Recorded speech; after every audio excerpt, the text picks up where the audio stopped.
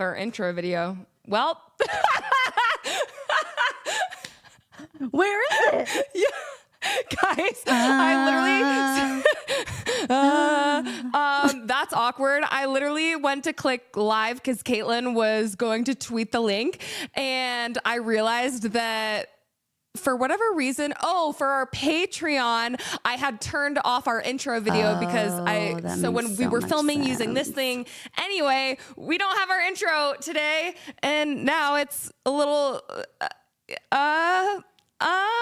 we actually don't know what's happening. We don't know what's happening. I literally came on here and I had this whole funny joke plan. I was going to be like, hey guys, today we're going to talk about cup stacking, and badminton, because the last thing I want to do is talk about the fucking Denver Nuggets, excuse my language. But now we have to talk, we have to start with them, because if you didn't know and you just literally popped on the live, Nuggets just fired their head coach, our head coach, Michael Malone, and our GM Calvin Booth. Thank God for that one. What WTF, Caitlin? First of all, I think my lips are numb from the psychotic break I'm having. Yeah. My eyes just gonna be eternally stuck in Twitch mode. No. I don't have the words, okay? I thought that Memphis firing Taylor Jenkins and a couple of assistant coaches a couple weeks ago was asinine. And now us beautiful Denver Nuggets fans see Coach Mike Malone and Calvin Booth get fired. Leave it to Shams. Leave it to Shams, guys. But I have goosebumps everywhere. 5 days before the playoffs.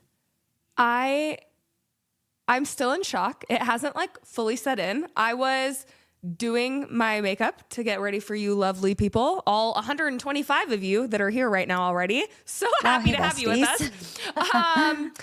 Everyone's like, WTF. Yeah, no, Caitlin FaceTimes me and I'm like, that's she must have something quick to tell me, because again, we were about to do this. And she's like, Coach just got fired. And I was like, huh? Who? Come again? Coach just got fired. I was like, what? Okay, and here's the thing, because to me, this is them saying that the Nuggets have no chance and they're just giving up for the playoffs. They're going to let the Nuggets go out round one. I think they've fully given up. This has to be the latest a coach has been ever. I'm not going to say I didn't see something like this coming.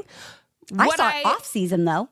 Yes. I was like, yeah, of course, this is coming. But I thought this was one of those things that happens the day after our playoff season ended. You know what I mean? Yeah. That's when I thought this was I knew that they were probably going to clean house with how everything has transpired, especially in the last few weeks. Then you have, and I was already wanted to talk to you, Caitlin, today, because if some of you didn't see, especially if you're not really on the Nuggets side of things on Twitter, Malone yesterday was talking shit. And he was basically saying the team, he was like, I gave a really nasty message, and the guys that don't care, they're just going to say coach is tripping, and the guys that do care, it's going to resonate with them. But, they don't watch film. None of them watch film. We have to show them film. And I was like, oh, everyone. And then you see AG and PY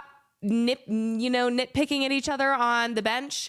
And it's Jokic bad, guys. Cussing everybody out on the Jokic is literally just cussing. Jokic is just cussing everyone out with the two annoying contracts to his right and left. I'm like, it's really ironic that you're complaining to Vlaco and Dario, because they've also put us in this position. Love you, Jokic. That's a silly conversation. That's a silly thing. I have to ask you, Caitlin, do you think that the Cronkies had to get permission? I know this is a weird thing to ask. Do you think that they had to ask Jokic if they could do this?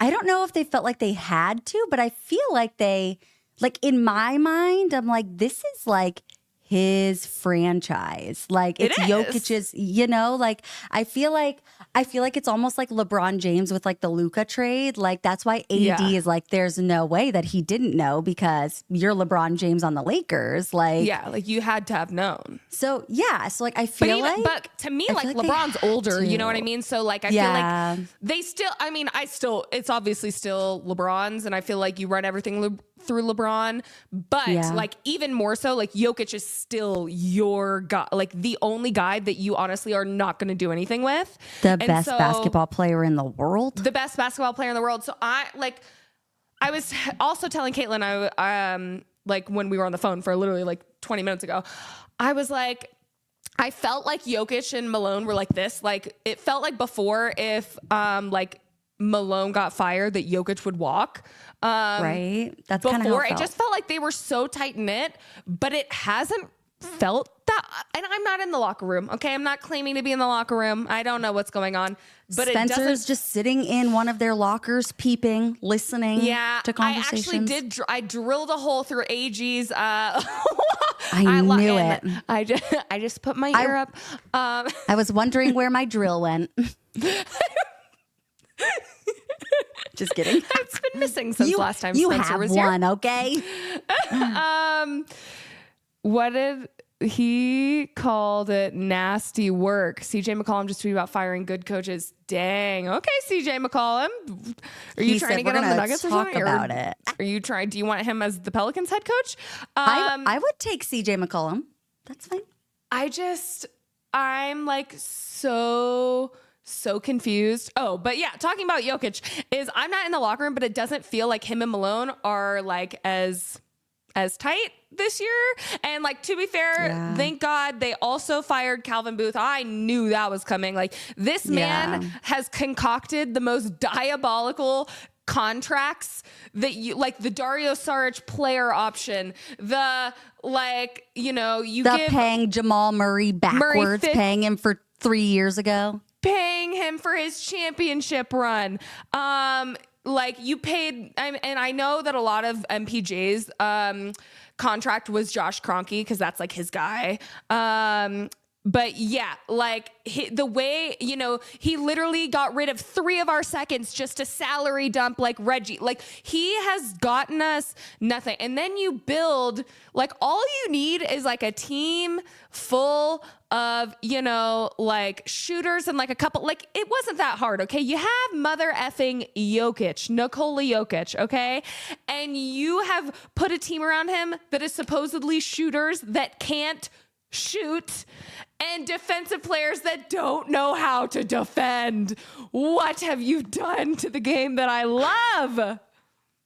I think like that's the most diabolical thing is that like, not only did they just like give us a bunch of players that like, they're offensive players, that's great. But like you concocted a team that is just like a net negative on defense.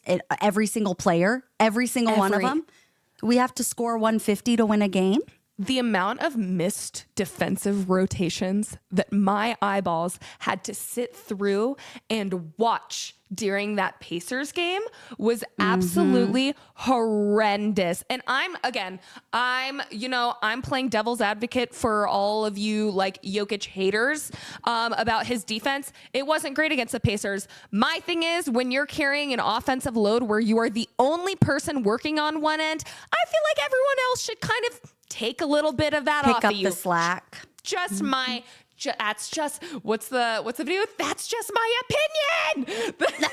That's literally just my opinion. Is that someone else, when your guy is putting up, ruining a 60-10-10 game, 61-10-10 game, 40-point triple double, and like it's incredible. And I knew that Michael Malone was on, I knew it was coming. Again, I just didn't expect it coming before the end of the season officially. Just the way that he refused to play the other day, refused to play Jalen Pickett. And then you had Russell Westbrook closing because he's Russell Westbrook. And then Russell Westbrook proceeds to get 3 turnovers and, in the clutch, he's so stubborn. And my issue with Mike Malone in the past, like I've loved him, and I remember last year someone tweeted, you know, I can't, like, is there a fan base that doesn't hate their head coach or something? And everyone in Nuggets Nation was like, we love Malone. Literally. This year, he really lost me, like, through so much, like, so many things he lost me. And it got to a breaking point clearly for the front office. I just, again, like, there's literally like 4 games left, right? 3. I don't even know. Like our season ends on Sunday against the Rockets. Sunday, yeah. And it feels like it just ended today. Like that's like we could go into the play-in still. Like that's how close things are. That's like why we were gonna film anyway to talk about that. If we lose the last 3 and we play like good teams for our last 3 games, like. I don't think we're playing a bunch of bums, so we could absolutely still fall into the play-in. And we're playing the Kings tomorrow, who are fighting to stay in the play-in. And then they've got something to fight for. The Rockets are fighting to keep the 2 seed. That's our last game. I forget who we play in the middle. I'll look it up. Well, swear to God, it's like the Grizzlies or something. But what I was going to say is just that, like, I think that, like, first of all, like you said, firing Booth makes sense. It's the Grizzlies? Okay. Yeah. Yeah, which, awesome. But, like, I think that, like, firing Booth always made sense.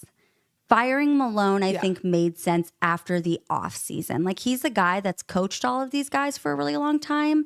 And I feel like firing him right before playoffs, like, really was, like, their ownership just being like, we'll try again next year. I'm like, they're still in the playoffs, and you still have Nikola Jokic. You have Jokic, and, and like to your point about like the things like Russ and like the insane ass rotations and who he's putting in and stuff is like that's one of the things that I actually really respected about Steve Kerr. And I don't love Steve Kerr as a coach. We were talking about this while I was on the phone with you. Is that like Steve Kerr, while a fantastic player, has 9 rings total between being a player and a coach. And he's not necessarily a bad coach, but he does make some super boneheaded decisions. He was benching Klay Thompson at the end of Klay Thompson's time with the Warriors. Like he was going in, benching Klay, closing games, putting in Brandon Pajemski over him, a rookie at the time, putting him over Klay Thompson, who was, you know, one of the greatest shooters of all time. And he would go into post-game interviews and be like, do you think that that's easy? No, like Klay's one of the greatest players and shooters that like I've ever seen. Is someone knocking on your door? Do I need to call the police officers? No, I was like, I look a little dull because I'm ADHD and can't focus. And then I realized that a light's not on. So keep yapping. You turn those lights on, girly pop. Am I brighter now? Yes, actually. Yeah. That whole side of your face really looks like the sun hit you perfectly. Sorry. Yeah. Gorgeous, beautiful. But yeah, I'm like, you know, like he would go into the post-game interviews and be like, do you think that that's easy for me to like go bench, you know, Klay Thompson for a freaking rookie? Yeah. And, you know, I'm like, sometimes like when you're a coach, those are the hard things that you have to do. And I understand that, you know, Russell Westbrook is an MVP. He's, you know, the freaking triple doubles leader, assist leader, whatever. He has been an amazing player. And so I had to correct myself there. Crazy hair. But I'm like, I get that. It's so hard. And a lot of the times coaches want to like prioritize vets and have them close because they're used to closing in close games. But again, like it's kind of, I was saying this on Will's post. I don't know if he's on here, but if you are, hi, Will.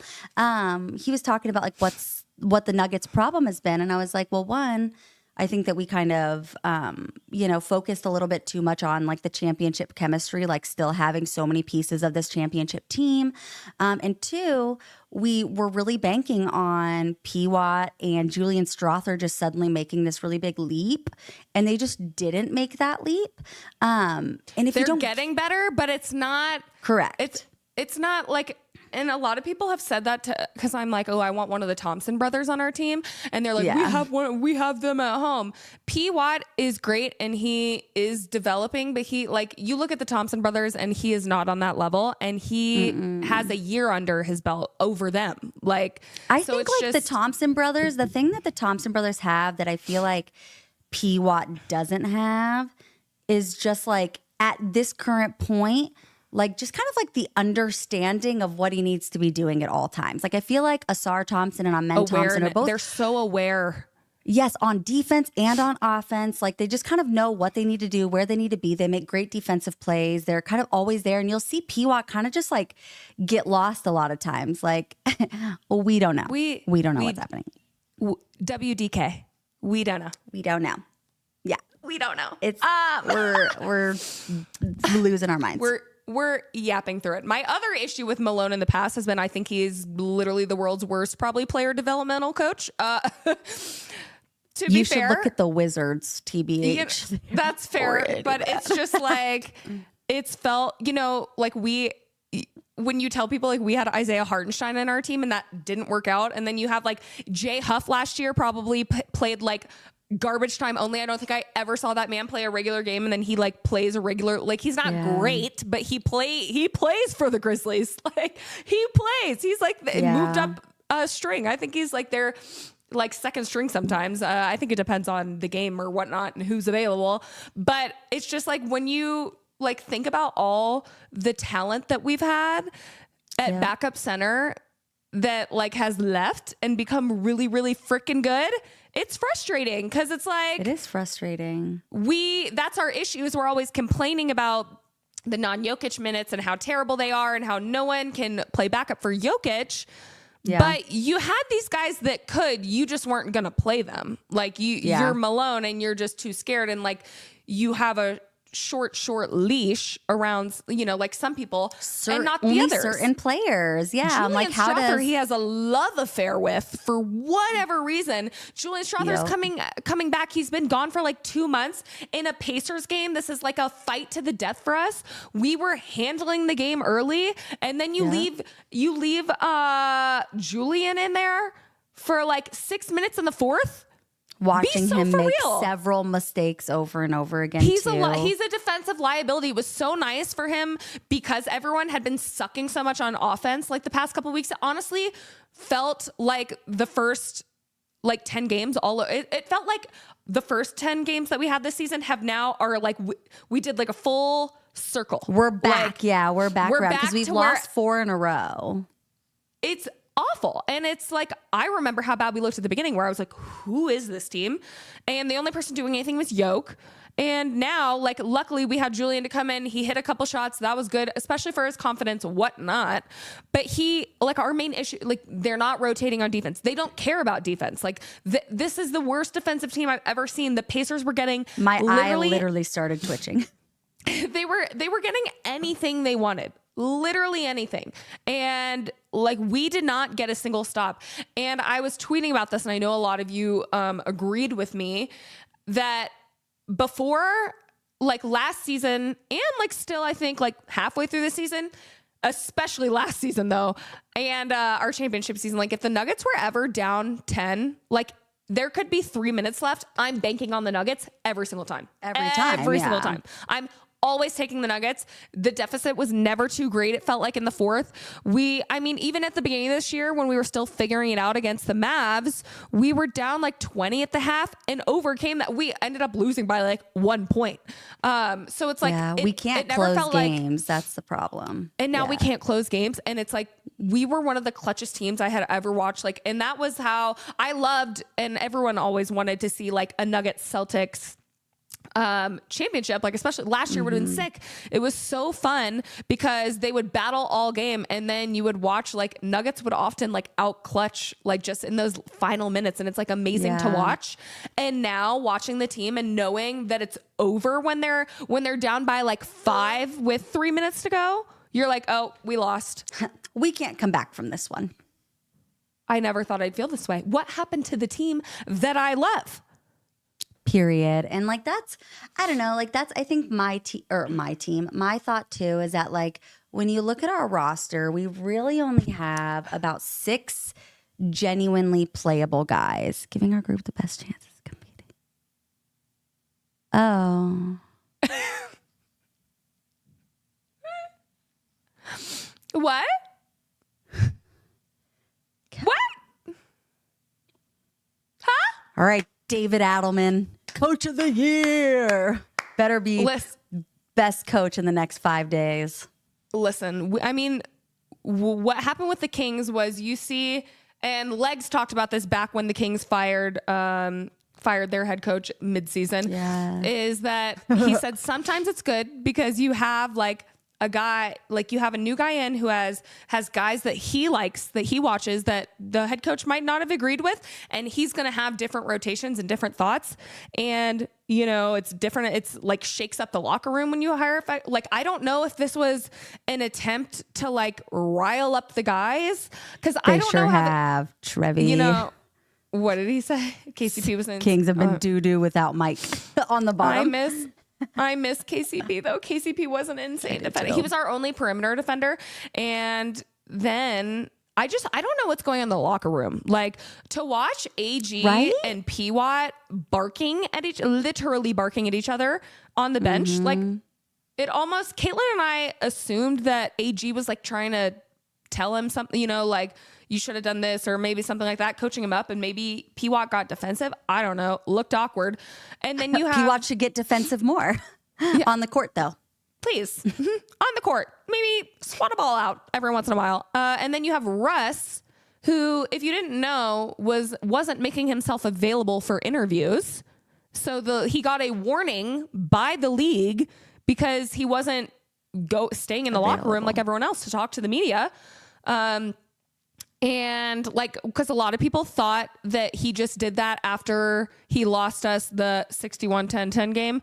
Well, he technically didn't lose it. He did. A lot of people thought that it was just because of that. Like he didn't want to talk to the media that night. But like our friends at DMVR who like have to go and are in the media, they say he never makes himself available. Like, so that was an issue. So they ask him, they're like, Russ, what do you think like the group needs to do? Like, I think Katie asked, who is an angel. I was so upset watching that post-game interview. I don't know. Katie's like, I don't know. Katie goes, what do you think the team needs to work on? I don't know, man. Don't have an answer for you. Like he literally just took out a freaking thesaurus and said, literally, give me answers that are the same as I don't know. And he's like, I'm not really sure. You know, that's a good question. It's like when you get deposed and they tell you to just say, I don't recall. That's what it felt like. They asked him, he only answered 3 questions and he answered all of them. I don't know, man. I don't have an answer for you.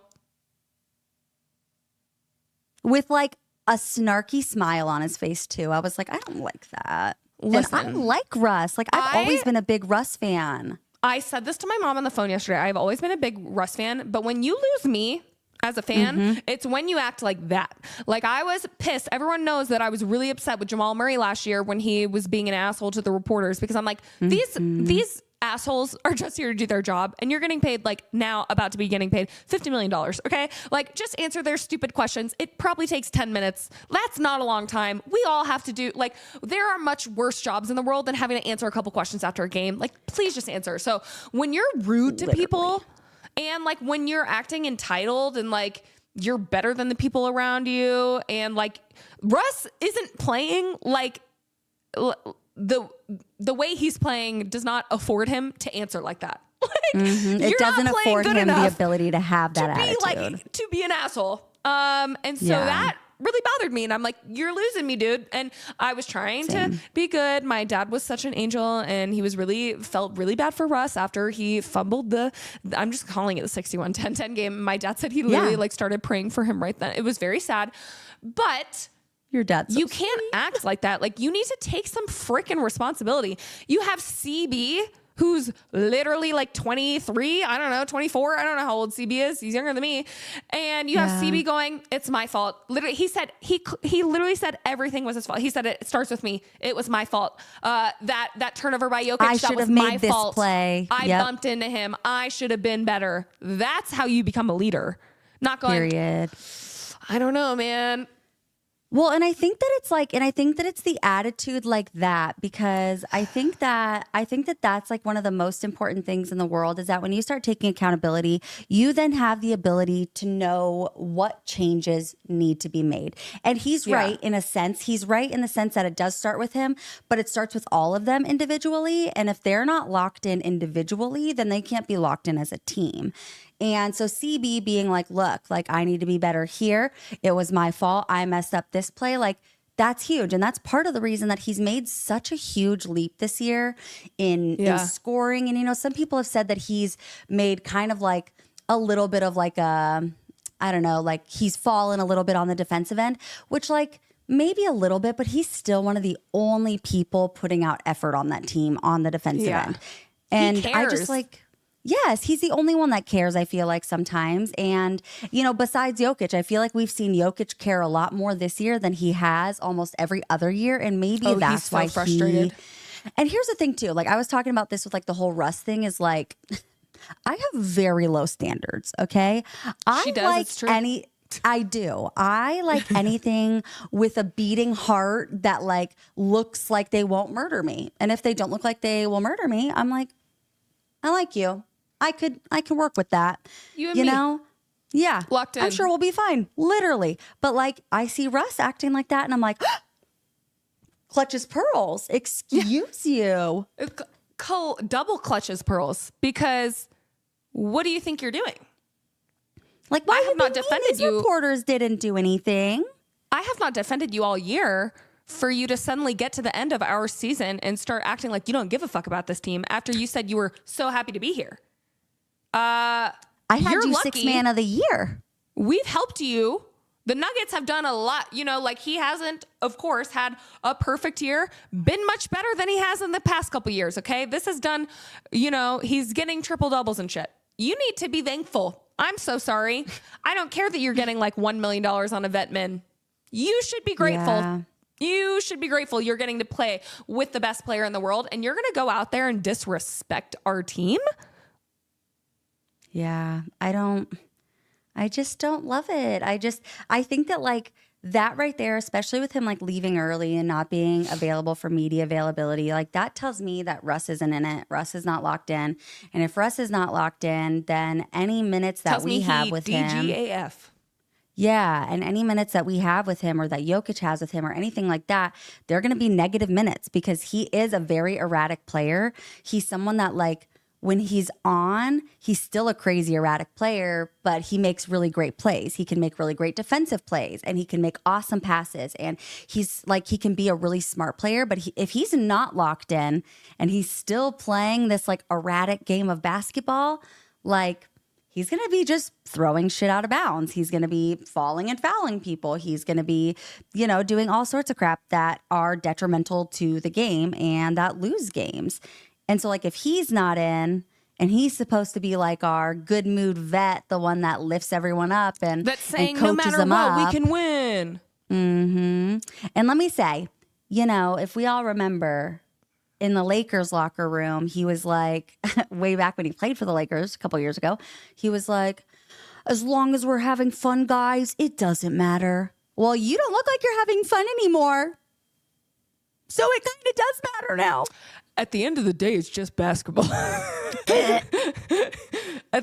It's just basketball at the end of the day. It's not. You're affecting my mental health. So it's not just basketball, actually. It isn't. Ooh, interesting, Miss Sonia. You've thought that something was going on in the locker room for a while. That's so true. And was it MPJ and AG at the game that you and I went to, that where they were chirping at each other on the court too?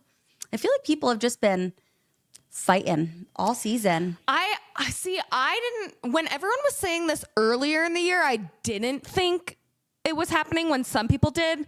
After watching AG and that, and then watching AG and Mike, like, it was very much leaking on to the locker room. And it's like, I don't know what that stems from, especially when you've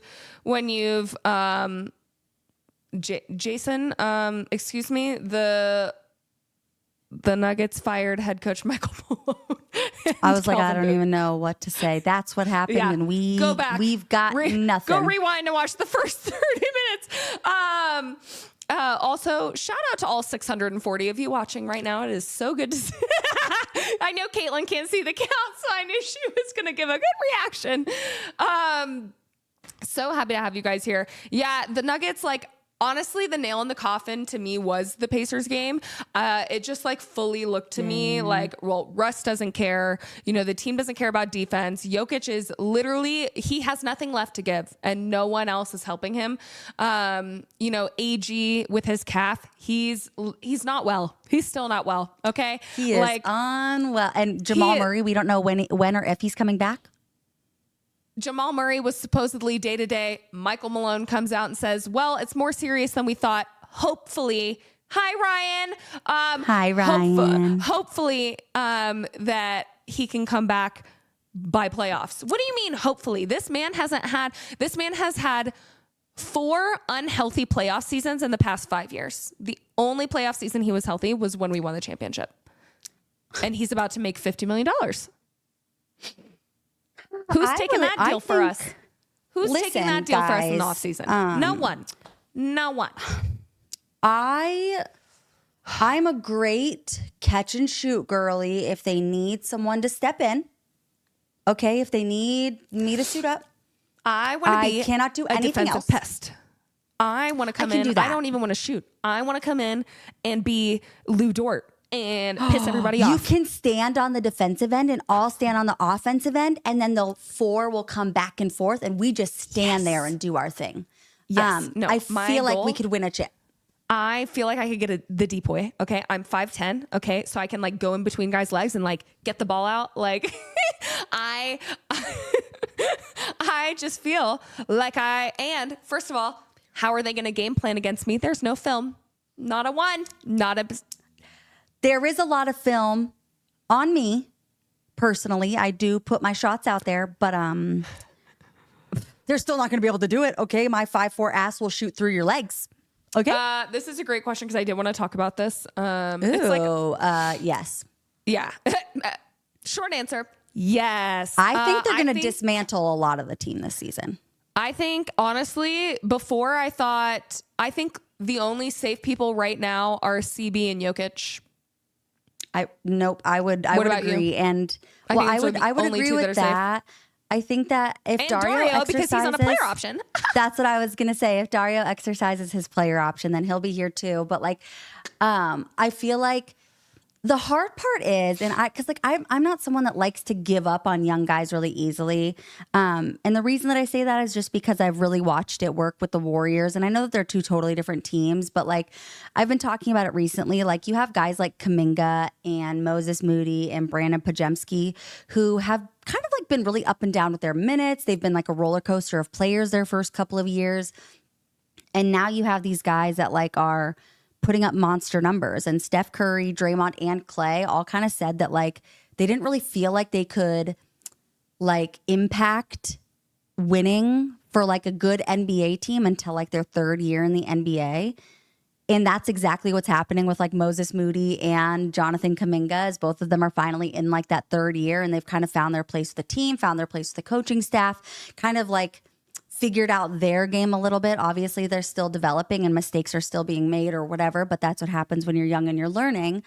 I think it's hard too when you're young, just because if you go on a team, you're with Steph Curry, you're a role player. So I think a lot of these guys are so used to being the guy, you know, in high school and everywhere. So I think it is hard for a lot of them to realize, like, if you're going on a team with Nikola Jokic or Steph Curry or people like that, like, you have to find like where you fit in and like what you can do to help while not hindering the superstar. So it's like, I'm sure it's very, like, it's a lot to figure out. Well, and that's like, I hate Draymond Green. But he said something that I appreciated one time, this one single time, he did say something. He did say something I appreciated a few months ago. I saw it happen and I remembered it. But he said he's a great defender. Okay, good basketball player. Hate him as a person, but he was saying that like when you come onto a team with a superstar, and this means, you know, Steph Curry, Nikola Jokic, et cetera, even guys like Giannis, Jason Tatum, blah, blah, blah. And I think that's part of the reason that the Celtics have had a lot of success too.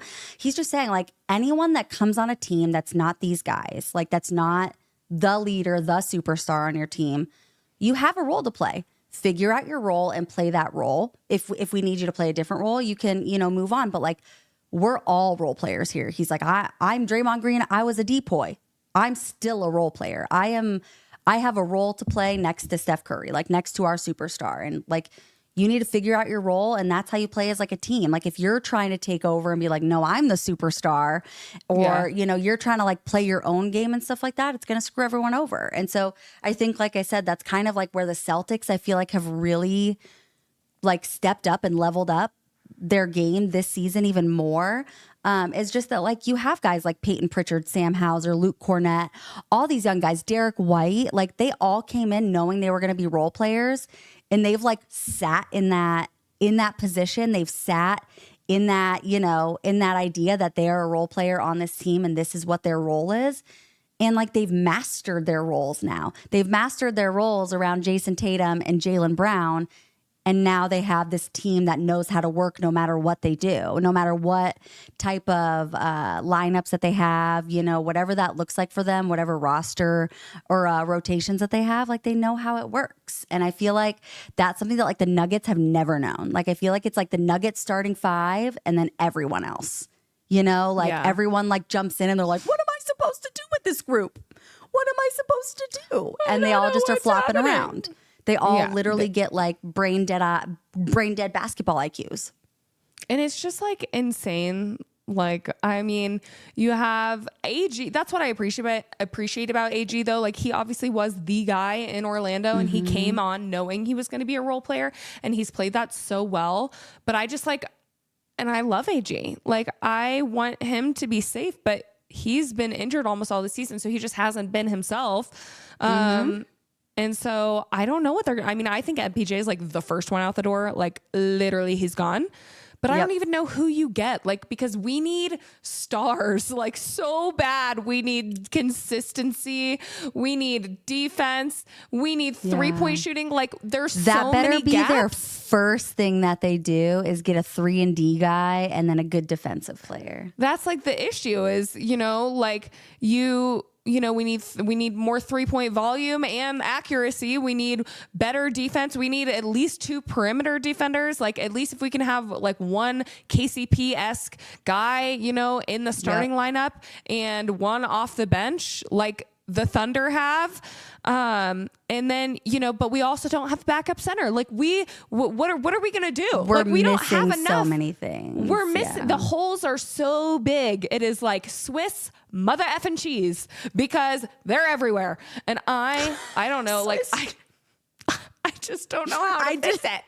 I did not process the Swiss cheese joke. That was hilarious. And I kind of agree. I literally think that like we're almost going to have to do like a small rebuild, but I don't 100%. Think that it's going to be more of like a retool. We're going to probably rework some things. Obviously they're not going to like dismantle and just start drafting a bunch of guys, but Bruce Brown, KCP, if only. And I just want to respond to Trevi real quick because you were talking about Jimmy Butler and the young dudes. I'm totally with you. I agree with you. I'm saying that like as role players, Moses Moody and Kuminga have like stepped up their game in this year 3 as role players on the team. I don't think that they're like a playoff team without Jimmy. Obviously, we've showed that Jimmy literally has fully transformed their entire team. I was just saying that like as role players, guys like CB's in year 3 and he took that big year 3 leap and he's been really, really helpful in a lot of these close games. And I feel like Moses Moody and Kuminga have done that. I never saw coming. So shout out. Like this is I think straight up. I think Jokic being even better than and we thought he could, like, we just thought he was already good, but then he like just How got does he better. keep doing Literally that? just keeps getting better. I think that and CB have been like the only bright spots of the season, to be honest, because it's just been a nightmare from so many angles, like from everything, and like it's just so bad. And I don't know what they're gonna do. I don't see how they retool, just because like the kind of guys we need are guys that teams are not going to be trading, like, and not for what we have to offer. Like we don't, and we like, I don't even think we have like any second round picks left. Like I'm almost sure that Calvin Booth traded away all of our second round picks. So I think we're short on picks here for sure. I just like, I don't even know what we have and what we can get. And that's like the problem. And we're failing Jokic, and it's disgusting. And it's even the little things. Like, I'm like, what do his wife and his brothers think? Because like, you know how, Jokic is very stoic and very humble, but I'm like, if I'm his wife, I'd be like, y'all better fix this shit. Cause this is my husband who is the best basketball player in the world. And even if he won't act out about it, I will. Cause like, you're not about to play. Booth? Like, you're not about to play with his prime like this. You have people saying, well, like, if only he had more championships, he'd be higher in the conversation. Like, no, he has had the least help out of all of the championships in like the past however many years. And I hate championships are a team thing. A team. He's one guy. And if you don't watch the Nuggets, you can be like, oh, well, he got a triple double, but what does that mean? I'm like, it means that literally no one on his team can do shit. Yeah, F. Charles Barkley, what a horrible basketball player, right? He was awful. So tragic with his 0 rings. He just sucked. That's what that sounds like. I can't. I'm so stressed. I can't even believe that this happened. Yeah, how did we get here? How did we fall so far? How did I get here? Turn around and there you were. It's me singing Hannah Montana, by the way. I didn't think twice or rationalize. All right, sorry. Yeah, guys. this is it's tragic. Okay, a lot of people want KD to the Nuggets. My thing is, like, do you know how much we would have to pay to get Kevin mother effing Durant? And then like Kevin Durant is like never healthy 100% of the season. I don't want that. Like, why can't we have the Thunder have a team of like 24-year-olds and they're all healthy and good at basketball? Why are they so deep? It's so annoying. And then the freaking Lakers got Luka. It's not fair. It's so unfair. I can't. I'm officially crashing out. Because why? If they continue to ruin Jokic's prime, I will actually find the nearest cliff. I can't. I'll skip right off. I'll literally skedaddly skip, throw some flowers in the air, jump with them. We've already been talking for 42 minutes about the Nuggets, and we did want to talk about some of these other teams, because if you didn't know that, like, all of the standings basically between the 2nd through 8 are kind of up in the air. I think Rockets will probably hold on to the 2 seed. I'm not sure. I mean, the lowest they can go is the 3rd seed, I think, is the thing. Like, the only if the Lakers get in the 2 seed, like, I will, like, if you thought this was crashing out, just wait for me to find out the Lakers get in the 2 seed. But I'll lose it. I'll lose my shit, guys. And the badminton. Yeah, we got to talk about badminton too. I did want to talk about, because obviously the Rockets just bossed the Warriors. The Rockets are now like 8-2 in their last 10, I think. They were up really high in the beginning of the season, then they were down. I low-key have never really believed in them. They're kind of turning me around. I wanted to ask you, Caitlin, as a Warriors fan, because like I have my opinions, but do you think the Rockets are a bad matchup for the Warriors? Yeah, I think that the hard part about the Rockets is that the Rockets are a very defensive team, and I think that the Rockets are also a really big mental team. You have Dylan Brooks on your team. You've got Amen Thompson. Like, you've got a few guys that can get in their head. And I'm so glad you brought that up, because I screenshot it? I hope I did, because Ime Udoka literally like, he was talking shit to Steph. Yeah. And he said, he literally told all his players to get in their heads. Like he said, he said like, you got to keep ratcheting it up a notch or something like that. But yeah, he was especially very, just like, very into it. Yeah. Oh, here it is. Okay. Sorry. He said, when people start complaining about foul calls or crying about physicality, you've done your job. That's the first step in winning the battle. So I told my team, when this team starts crying about it, up the intensity, up the aggressiveness, and make the refs adjust to you. Yep. He ain't playing. He's also a tiny bit of a psychopath coach. Period. That was we're going to talk about this. Don't worry, because I watched the game and me too. And it's just like, I mean, keeping Steph Curry to 3 points when he's been on like literally since April. Like if you take out that Rockets game, he literally was averaging 41 points in April. Like just that first week of April, he had 3 massive games. And not only was he scoring a lot, but like defensively, he was getting like 2, 3, 4 steals a game. He was getting like 7, 8, 9 assists per game. Like he was going crazy. And I don't think that like when he's completely locked up, when he's getting double and triple teamed so they can't let him do it. He couldn't get the ball in his hands. It fully reminded me of the first game that Nuggets played the Lakers after the big trade and everything, where they, frickin' JJ was like, I haven't slept for a year in preparation for this game. 48 hours. 48 hours. And they had like 4 people on you. They just... Yeah. You could see the frustration on Jokic's face, and this is exactly how I felt with Steph Curry. Like, I felt for him because he couldn't get the ball to do anything, and like the only shots like he really took were like just trying to throw up a prayer. And then like in this scenario, you need Jimmy Butler to not be playing selfless basketball. You need Jimmy Butler to take a hold of the reins and be like, okay, like, you know what? Like, I'm going to take 15, 20 shots, because he took 7 shots. Mind you, he really only took 5 because the last 2 were like layups in the end of the 4th. Like, that doesn't count to me. That's not part of the game. He should have been taking way more shots than he was. Like, it was... No. Like, especially when you have Steph in that scenario. Yes, and I'm so with you, because like, if you see Steph Curry getting doubled, getting tripled, like getting completely trapped at half court, like he has no ability to get the ball and everything like that.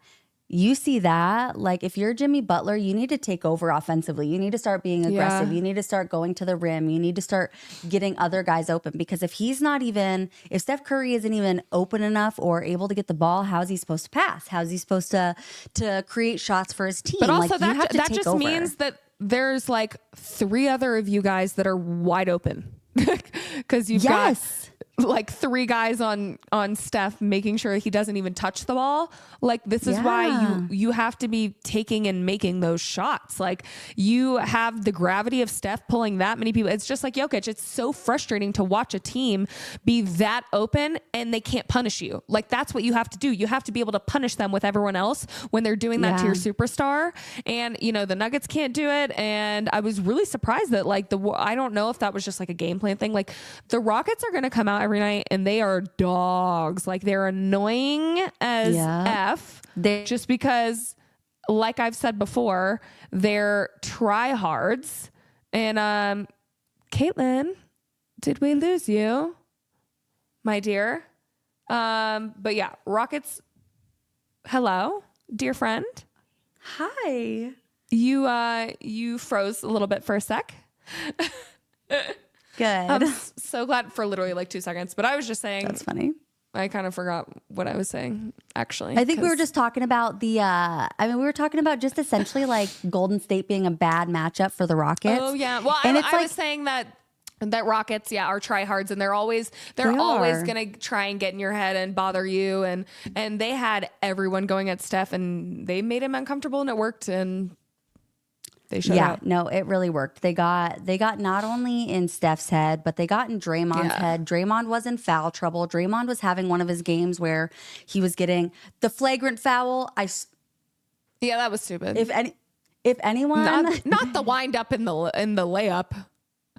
If anyone watched the game, Draymond went up for a layup, and then they said, "Oh, we need to look at this for a hostile act."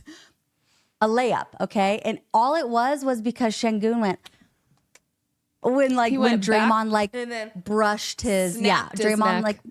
yes, exactly. It was asinine. And so they're like, we need to look at this and see if it's a hostile act. And then they looked at it, reviewed it, and they said there was wind up and speed. And I was like, ooh, Draymond's fast 360 windmill layup, elbow to the nose, flagrant 2, flagrant 47, ejected, like literally suck my nuts. Worst call I've ever seen on the planet. It was so bad. STFU. Shout out to us. We now have 800 of you in the chat. Hey, if you're not subscribed to us on YouTube, do that while you're here. Yeah. I'm looking at you, all of you right now. I'm looking at you in the eye. Okay. If you haven't liked this video yet, it's a click. I will twist your arm actually. And you better subscribe. And we'll jump to the screen. Anyway, and actually, we hear that Spencer's eyeballs on a big TV are a little scary. So let them hypnotize you, whatever you need to press that button. Guys, you make me sad when you say that. I was like, they literally said my eyes are scary on the TV. They're beautiful. Thanks. Subscribing if they trade Jokic to OKC. Never. We would love commit. you, Francis. And you know what I mean by that. I would actually commit. What did someone say that I wanted to highlight? Someone said, oh yeah, I would rather die. I want to be lobotomized. I will find a lobotomist to lobotomize me. I will not be watching that. I would rather die. And that's okay. And so this is actually what I was going to say is that the Western Conference, I literally think is a conference full of bad or good matchups. Like, I don't think that it's going to be best team gets to the end. No. I think that it's going to be whoever gets the best matchups for their team because 1000%. if like Nuggets were to get what's it called? I say this every year though. We're out in 4. Okay, we're done. I say this every year because I fully think that if the Nuggets had not gotten the Wolves in the second round, we would have at least been in the, honestly, I would have put us in the finals again. I would have put us winning the chip again last year because we were the only team that had beat the Celtics twice. I have to be a little wary on that because of how tired they looked during the Western Conference Finals. But yeah, that was I can't watch that. I can't watch that again. So yeah, I think Rockets and Warriors are a bad matchup. Obviously Nuggets honestly, I think that the Nuggets and OKC is a good matchup for Nuggets and a bad matchup for OKC sometimes. Just saying. I could see that. I think it would be a 7-game series is all I'm think say. It would be I don't Hi, think Marco it would be like from Brazil. Hi, Brazil. Anyway, all of Brazil. Yeah. I think no matter what happens in the playoffs, Cat and Spence win. That would be so cool. But the only way I can win is if I see Nikola Jokic holding a Finals MVP trophy again. I fear. So I don't know about that. Clips have a chance to get 4th. That's so funny to me because I don't think about them at all. And I've talked about this. You know what? And I'm going to if you're a Clippers fan, RJ, I'm so sorry because I don't mean to disrespect the Clippers. Obviously, Kawhi is healthy. I love Kawhi healthy basketball. I love his game. I love when he's healthy. It's so good to see him play healthy. And they've been, I don't know why I've been ignoring them. And it's probably because they don't have the obnoxious stories and these big games and big matchups. Yeah. But they've been sitting in the middle of the pack the entire season. And I've just been don't care, over my head. And I think it's absolutely crazy that they're literally have a chance to be 4th and literally get home court advantage. Round one. Gosh. By the way, guys, we will, if you want to get super chats in, we will read those when we're all done. We'll go through those and react. Yeah, I think Clippers are, I just think they're meh. I think that they're meh. And I as a Nuggets fan, I think the only matchups I don't really lose sleep over in the playoffs would be Clippers and Grizzlies. I just I don't really worry about those. Yeah, they've had a great offense and they have had a really good defense, especially with Zubats, but I don't know. I don't believe in them. I don't buy them going to the Western Conference Finals. I know, no disrespect, but I just meant that like I didn't want to be like rude in saying that they felt like really quiet competitors all season, really quiet contenders. Like they just haven't like made a big splash. I've been focusing on them all season.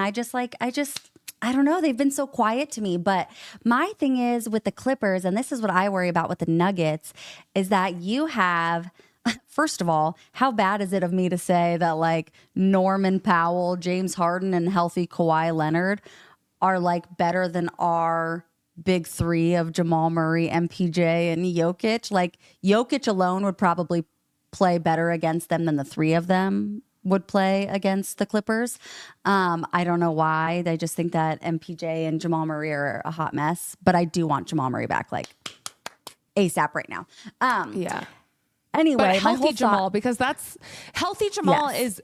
is literally like unbeatable in the playoffs. Like him and Jokic combined, like that's just like a duo that it's hard to beat. You can't game plan against playoff Murray. Like you simply cannot. Period. He's one Jamal that Murray levels makes up. shots. He levels up like 5 levels.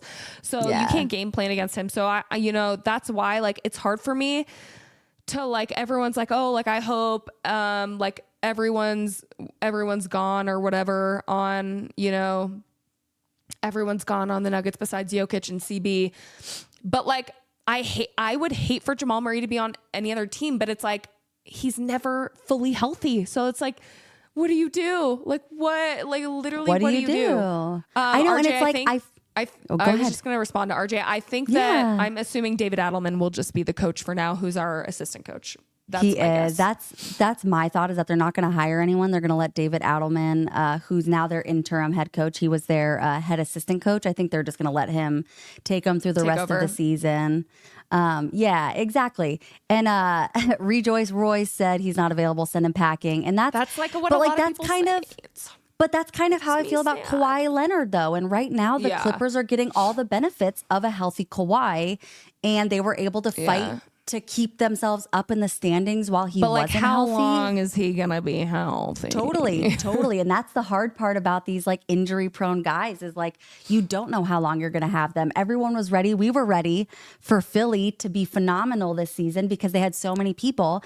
And then you have Paul George and Joel Embiid both just literally breaking glass bones and paper skin, wake up and break their legs, go to bed and break their arms. Like, that was a SpongeBob reference if you didn't get it. And if you didn't get it, sorry.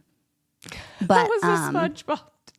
It was glass bones, paper skin. And that's how they were. And then the 76ers just died. Yes, I would probably agree that Kawhi is maybe more skilled than Jamal. I think that Jamal's an incredibly I mean, it's Kawhi's had a much longer career. Like, I mean, it's Kawhi Leonard, okay? Exactly. I love Kawhi Leonard. He just is never healthy. And that's a lot of the Nuggets fans like issues for sure with Jamal right now. It just sucks because like Jamal to me, when he's on, is like special. And I know a lot of people hate him, but I wouldn't want to see him on any other team playing against us like that. But when you're never healthy, like what do you do? What do you do with that? Yeah, no, podcast P for MPJ. Podcast P is an injury prone guy too. And he's old. My main issue, why I think Porter's the first one to be gone, is you're our 3-point specialist and you're not hitting any threes. You were like 1 for 10 the other day. And then you also are a liability on defense, which I've never seen Michael Porter Jr. stay in front of an offensive player literally ever in my entire life. Like that man is always chasing a player, which is not defense. That is playing tag. I swear to God, I was going to say MPJ stays playing tag. He just chases guys around the court. Literally was going to say the exact same thing. Come back. I'm supposed to block this shot. Get back here. I need to be in front of you. Because, he's got the 7-foot wingspan and he does nothing. He's almost like, that man is 6'11" with shoes on for sure. And you're going to tell me you can't stay in front of a defender or like reach your arm out in front of their face or something? I don't know. Like I don't understand why he's so bad on defense. Like I don't understand at all. Yeah. And RJ, I totally respect that. But that's kind of like even what we were talking about is that like I literally think that the entire Western Conference is just like a game of matchups. Like, I just think that there are some matchups. Like, in some cases, the Timberwolves could go beat, Houston in 6 games. They could, like, there could be so many random upsets depending on how the matchups end up. Oh, wait, is he a Lakers fan? Or do we have Lakers fans in here? Honestly, if you're ever a Lakers fan and you're listening to me, I appreciate you because your fan base hates me. Specifically. But respectfully, they're obsessed with you, actually. Yeah, disrespectfully. They are so obsessed. Anyway, I want to know, do you think, Caitlin, that OKC was trying against that game? Which one? Like, do you think that they just got bossed by the Lakers 100%? Or do you think Thunder were kind of in third gear? It's hard to tell because they can use that as an excuse to why they lost, of course, because they're well, we're already the first seed. But I'm if you're really in third gear, your starters wouldn't have played. So I'm interested to see if you think what you think. If the Lakers just totally owned them. I do believe that. And I'm someone that currently believes that the West does run through OKC. I really do believe that OKC is the team to beat. I think that they've proved themselves over and over again. But I think that the Lakers just came out hot. I think that they came in hot and OKC wasn't ready for that kind of play. Yeah. And I just think that they got eaten up in that first half, and then they got eaten up even more in the second half because I just don't think that they had it in them. I think that it's one of those things where 100%. That's Lakers not going to happen crazy. Every game, to be fair. Exactly. Thank you. They were going nuclear from 3. And when a team is having a game like that, you just have to tip your hat and be what can you do? There's nothing you can do. Nothing you can do.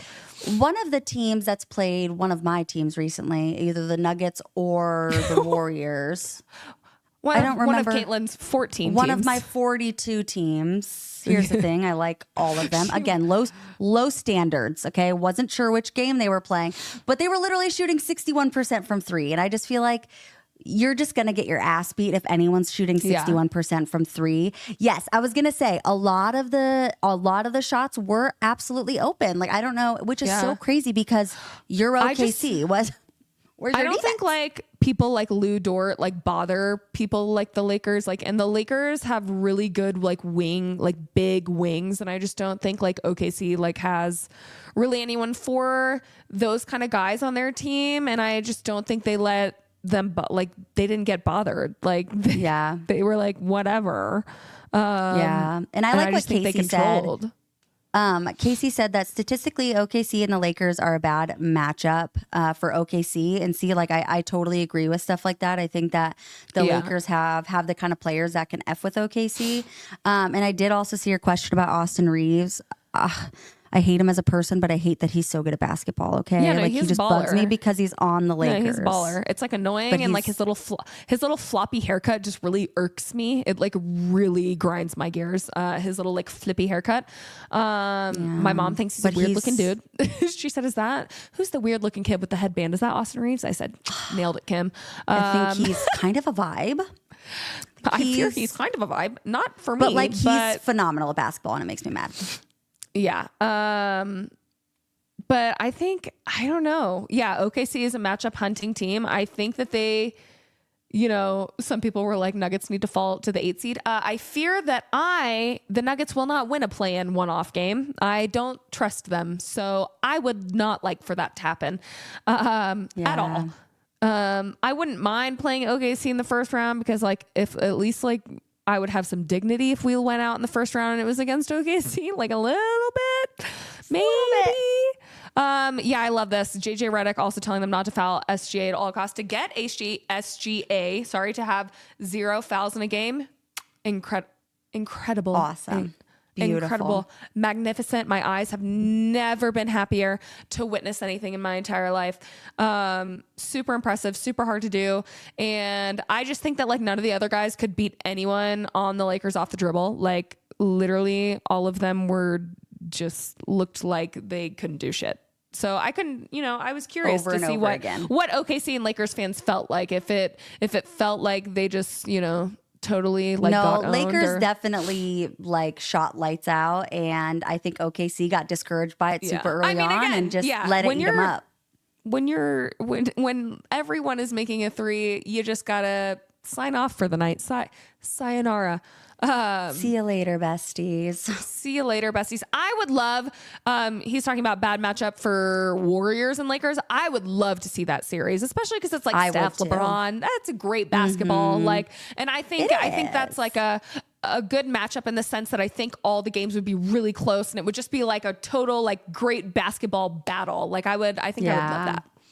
And that's how I feel about a lot of these. Like I'm so excited for Western Conference playoffs because I just feel like as much as ESPN won't talk about it, we're watching some of the greatest basketball right now. You have so many older guys, James Harden, Kawhi Leonard, LeBron, Steph Curry. Like these are guys that are in their final years that we're watching still completely dominate lead the league. Yes, and it's amazing. And there's so many good teams. You have so many teams like OKC and the Timberwolves who have like the young leaders who are now coming up and who are going to be taking over after these guys all retire. Well, and now you have good. You don't even know what's going to happen because now it's like, did the Nuggets firing head coach, is that going to shake up the locker room? Is that going to light a fire into their ass? Who knows? What does that look like? Yeah. Before, Caitlin and I both have to get to work. I had really fun yapping with you guys. Let's read. We have like a few super chats, so we'll read them and talk about them for a sec. D-Book with Yoke would be the best duo in the league.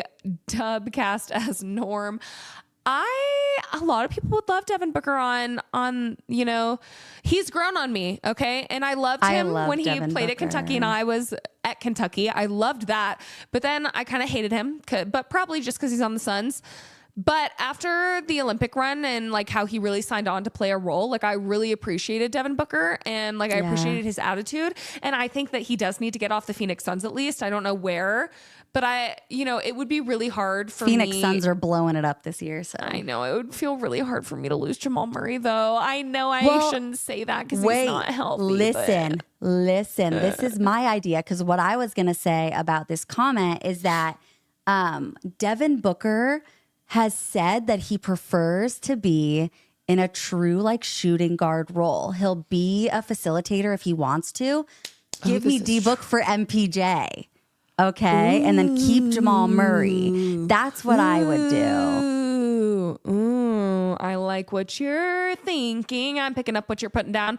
Better matchup, Boston or Cavs? Ooh, better matchup for who and for what? Yeah, for who and for why? Like I'm so intrigued by that. Like between those two, like who do we have? Because if that's the question, I'm just going to start answering it and see if he responds. But if that's for the Nuggets, probably no. I wouldn't say Boston. The Cavs. We don't have enough big. Yeah, it would have to be Boston. Have to be Boston, especially like we know we don't have KCP, but even this year without Jokic, we lost the rope at the end of the game, but they were pretty close. And last year we were the only team I think to beat them twice. I think we were the only team to beat them both times because we only played them twice.